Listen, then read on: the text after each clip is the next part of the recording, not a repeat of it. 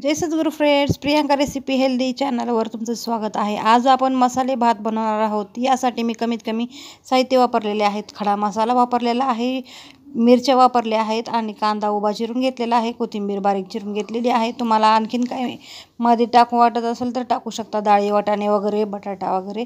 मी एवढे तांदूळ घेतलेले आहेत, यामधले मी निम्मे वापरून घेणार आहेत। मी एका पातेल्यामध्ये तेल गरम करण्यासाठी ठेवलेले आहे। यामध्ये मला जिरे टाकायचं आहे आणि तोपर्यंत मी अद्रक लसूण वाटून घेतलेला आहे। खलबत्त्यामध्ये मी जिरं टाकून घेतलेले आहे, मोहरी टाकून घेतलेली आहे। आता यामध्ये कढीपत्ता टाकून घेतलेला आहे आणि मिरच्या आणि खडा मसाला टाकून घेणार आहे। आणि आता तो भाजला आहे आणि मी कांदा टाकलेला आहे, उभा चिरलेला आहे। हा कांदा मी चांगला परतून घेणार आहे।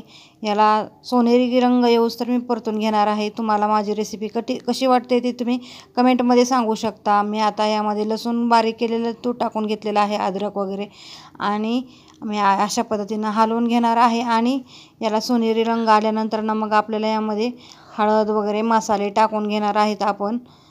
आणि अशा पद्धतीने मी मीठ टाकून घेतलेलं आहे। आता यामध्ये मी हळद टाकणार आहे। अशा पद्धतीने मी हळद टाकून घेतलेली आहे। तुमच्याकडे काही गरम मसाले असतील, अगर बिर्याणी मसाले असतील तरी पण तुम्ही टाकू शकता।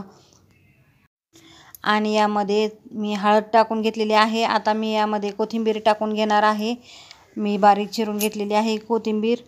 आणि तुम्हाला लाईक करायचं विसरून गेला असला तर लाईक करून घ्या, सबस्क्राईब करायचं विसरला असला तर सबस्क्राईब करून घ्या।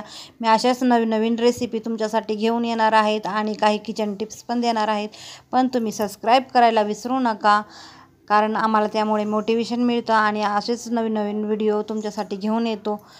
अशा आपला कांदा चांगला भाजलेला आहे। यामध्ये मी आता मीठ मसाले टाकून घेणार आहे।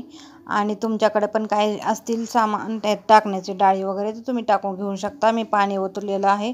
आता मी तांदूळ धुवून यामध्ये टाकणार आहे। याला आदन येऊ देणार आहे। अशा पद्धतीने ह्याला चांगलं आदन आलेलं आहे, उकळी आलेली आहे। आणि अशीच उकळी आल्यानंतर मी तांदूळ धुतलेले आहे। आता मी यामध्ये तांदूळ टाकून घेतलेले आहेत। अशा पद्धतीने मी ह्यात तांदूळ टाकलेले आहेत।